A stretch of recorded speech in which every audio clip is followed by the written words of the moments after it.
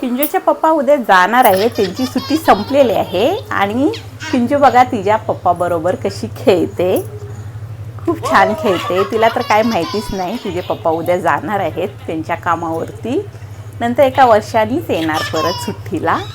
बघा किती छान खेळते ती तिच्या पप्पाबरोबर. आता जरा कळतंय बघ, बाय बाय करते.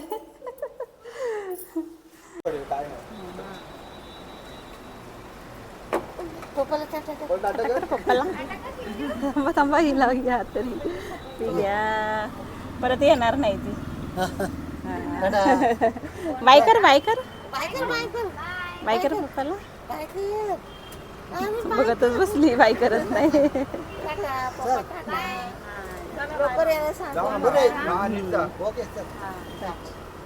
फोन कर.